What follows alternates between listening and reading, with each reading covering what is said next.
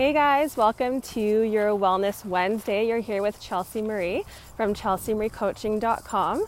For those of you who are new and don't know me, welcome. And as I mentioned, I'm Chelsea Marie. I'm a board certified health coach, and I specialize in helping men and women who want to not just lose weight, but ultimately feel amazing in their body and take control of their health. So if you are new, like I said, welcome. And if you have any questions, always feel free to post them down below. Hey Justin, thanks for joining.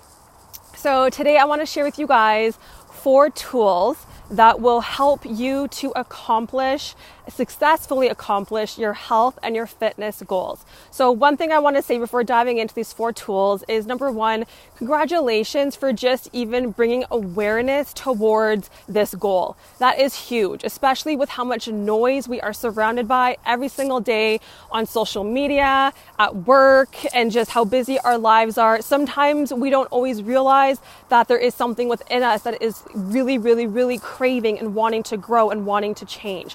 So the fact that you came to this awareness that this is something that you want for yourself is huge. So don't forget to really just be proud of that to begin with. All right, so these 4 tips, as I mentioned, my intention is to basically share these with you guys. You can try one, you can try all. I highly recommend trying all of them, because at the end of the day, you don't know what it's going to do for you until you actually give it a full shot and implement it.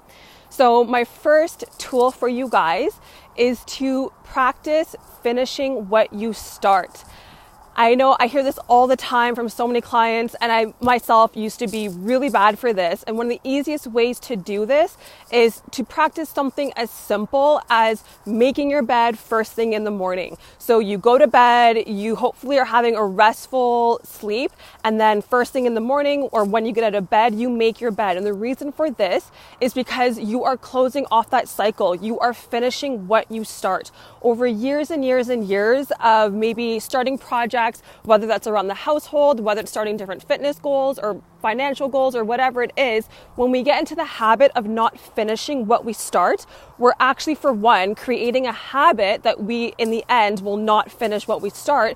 And we start to create a belief within our mind that we will not finish what we start. So when you practice something as simple as making your bed in the morning, or if you are, as an example, if you're having dinner and then, after having your meal, you wash your plate, you put it away, you are finishing the process. You are finishing what you start. I get this all the time. I get clients who get so motivated, so excited to start with their goal.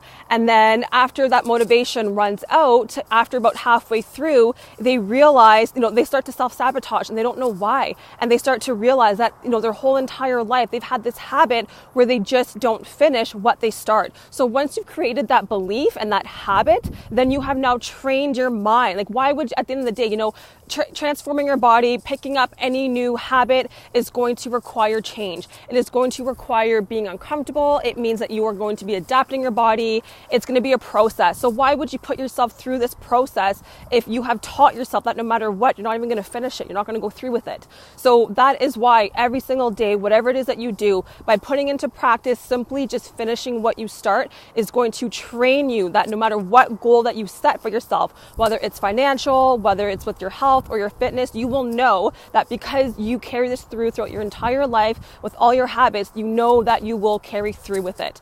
So that is tool number 1. Tool number 2 is to focus on your goal. I know this sounds super simple and so simple that it sounds stupid, but how on a scale from 1 to 10, how good can you really say that you are at focusing? So when we talk about focusing, let's talk about the mind. So your mind has a variety of different compartments. We have anger, we have jealousy, we have sex, we have our goals, our health, whatever it is. And then we have our awareness. So when we think about awareness, think about when you are having a conversation with someone and if you really want to take in what they're saying, you are giving that person your full awareness and you are focusing on what it is that they are saying. So this awareness is basically energy. It is you giving, it's energy within your mind. It's this vast ball of energy. And by choosing where you are going to focus that awareness in your mind, that area of your mind is going to amplify. It is going to be illuminated. So sorry, it's windy out here. So if you are focusing your awareness on your health goals, then you will find that you are going to illuminate, you are going to amplify that area of your mind. So let's talk about focus. How can we actually start practicing, being better at focus? So when we think about meditation is an amazing tool to really help us to calm our mind and to really start focusing. So at first, it's a little bit hard because our mind has so many different things that we're thinking about. We really are practicing, stilling our mind, making it so that, all of our thoughts are essentially coming and going. So at first, it's a little bit hard because we have so many thoughts. And then eventually, as we start focusing on our breath, we get really, really, really good at just focusing on our breath. And then before we know it, every time we have a thought that comes to our mind, that thought, it comes and then we learn to let it go. And then before you know it, by meditation, you get really good at just focusing on nothing.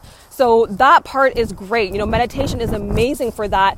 And it's amazing when we do it for that 20, 30, or 40 minutes of the day. But then how do we really bring that into practice for the rest of our day? Well, it's ideally the exact same thing. So instead of practicing, not to not practice meditation, but, instead of doing it for just 20 or 30 minutes of the day, practice focusing on every single thing that you do throughout the day. Whether it is having a conversation with your partner or your colleague or your client, practice giving them your full attention.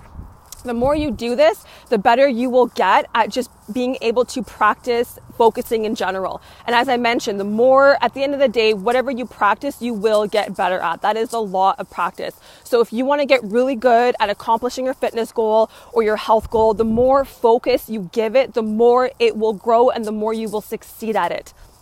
So, and like I said, this goes for everything. If you are driving in your car, focus giving, you're driving your full attention. Instead of looking at your phone, instead of texting, instead of being on, just being distracted, give whatever it is that you're doing your full attention. If you are eating, instead of being on your cell phone, instead of Googling things, focus on chewing your food. You will actually digest your food to your best ability the more you focus on it. You will assimilate and absorb your nutrients a whole lot better if you just focus on eating. So that is the whole point here, is when you can focus, if you can practice just really focusing your energy and your awareness on what it is that you want, whatever it is that you want will start to amplify and will become a lot better.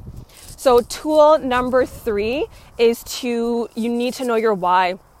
So as I mentioned, anytime we're creating a goal, we are changing who we are. Like, who you are now is not who you are going to be when you accomplish that goal. And if that were the case, you would already have what you wanted. So it is important to know why you want what you want, because it is going to mean stretching outside your comfort zone. And every single day, some days it might feel a bit more challenging, but when you know why you're doing it, it's a difference between night and day. If you have this wedding that you're going to or a vacation and you really, really, really want to lose 15 pounds, you want to feel confident in your body, you've got this date set on the wall, chances are it's going to be so much easier for you to really stay focused with your goal. But if you're doing it just because you're like, whatever, I feel like it, then chances are, every single day when time's getting a little bit more challenging, it's going to be harder for you to stick with it. One more thing I want to talk about when it comes to focus, I actually forgot to mention, was I do what's called a discovery call. And this is where my client or my potential client, we get to chat about their health goals, really learn to see if we are a good fit for one another. And one question I get all the time is, well, what happens if my husband comes home and he brings home the junk food, or when I go to the grocery store, all the junk is surrounding me? How do I ignore that? Well, that's where focus comes in. When you start practicing focus, you get really good at not being distracted. So if you think about, at the end of the day, you're always going to have distractions around you regardless. There's no way. So if you, as an example, go ahead. If you are, oh my God, I'm getting distracted here. So if you, as an example, sure, it's easy if you were to isolate yourself and not have anyone around you. Sure, it would be a lot easier to accomplish your goal. But then what happens when you bring yourself back into reality and then all those distractions are around you again? It's not going to really serve you any purpose. So when you can start really practicing focusing your awareness on what your goal is, no matter how often your partner comes home with junk food or your kids do, or when you're at the grocery store, you will have practiced focusing your awareness on what really matters matters to you. And that's where knowing your why really comes into play as well. When you're at the grocery store, you're always going to see a bag of chips. You're always going to see a brownie or a muffin. And it's up to you to have that conversation with yourself.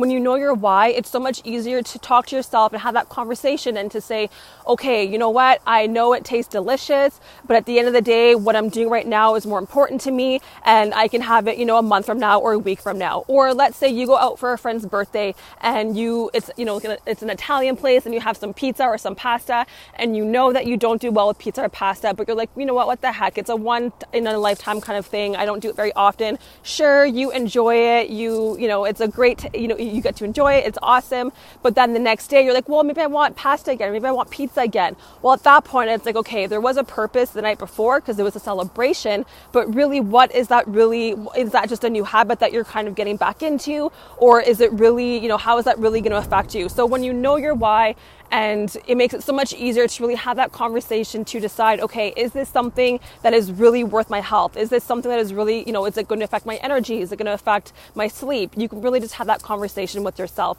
So once again, to kind of recap all three of these tools, we have practice finishing what you start. Because at the end of the day, if you don't practice finishing what you start, you are going to train yourself to not finish your goals. And once you have that belief in your mind, you are going to find ways to self-sabotage.